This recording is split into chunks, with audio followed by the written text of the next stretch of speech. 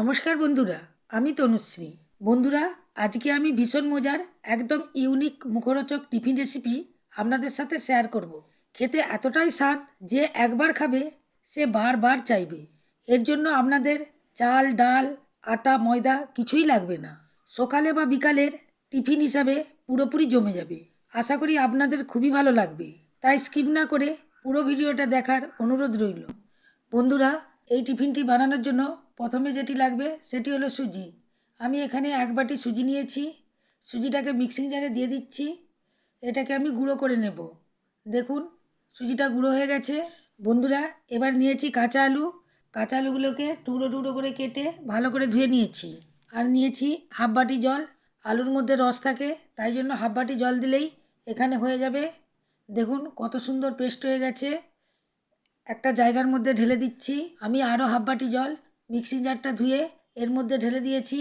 এখানে আমি মোট 1 বাটি জল দিয়েছি।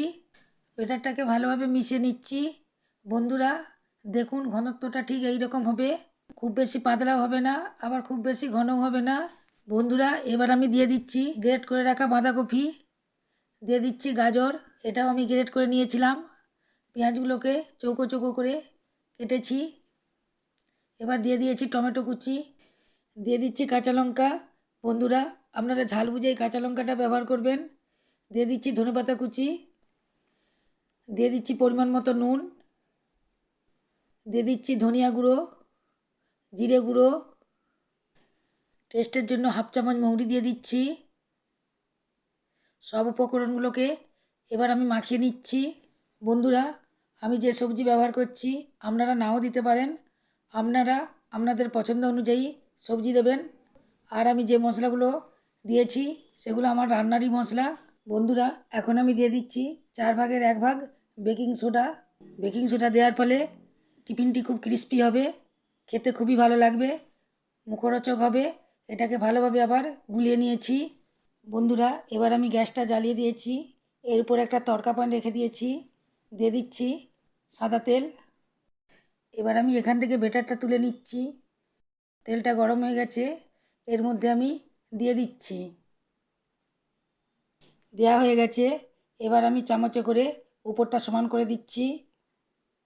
এবার আমি ঢাকা দিয়ে এটাকে 2 মিনিট রেখে দিচ্ছি। এই সময় আঁচটা লো ফ্লেমে থাকবে। 2 মিনিট পর দেখুন উপরটা অনেকটা শুকিয়ে গেছে, আগের থেকে একটু ফুলেও গেছে। এটাকে এবার আমি উল্টে দিচ্ছি। আবারও ঢাকা দিয়ে 2 মিনিট রেখে দেবো। এরপর আবার আপনাদেরকে উল্টে দেখাচ্ছি। দেখুন পেছনটাও কত সুন্দর ভাজা হয়ে গেছে। দেখুন আমার টিফিন রেসিপিটা একদম তৈরি হয়ে গেছে। এটাকে আমি উঠিয়ে নিচ্ছি। দেখতে কত সুন্দর লাগছে। দেখুন খুবই লোভনীয় হয়েছে, দেখেই খেতে ইচ্ছে করছে।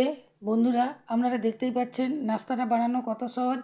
যেহেতু আমি সুজিটা আগে গুঁড়িয়ে নিয়েছিলাম, তাই একে রেস্টে রাখার দরকার হয় না। যখনই মন চাইবে এই নাস্তাটি তৈরি করা যাবে। আর বন্ধুরা, এই টিফিনটা একটু ভারী হয়, একটা দুটা খেলেই অনেকক্ষণ পেট ভরে থাকে। কাঁচা আলু দিয়ে এই টিফিন রেসিপিটা খুবই মুখরোচক হয়। একবার যদি কেউ খায় সেটা বারবার চেয়ে চেয়ে খাবে। বন্ধুরা, একই রকমভাবে এটাকেও আমি কম আঁচে ভেজে নিয়েছি। দেখুন দেখতে কত সুন্দর হয়েছে। এটাকে আমি তুলে নিচ্ছি। এখন টিফিনটা একটা প্লেটের মধ্যে সার্ভ করে দিচ্ছি। বন্ধুরা, আপনারা এই নাস্তাটি স্কুল অফিসের টিফিনে দিতে পারেন।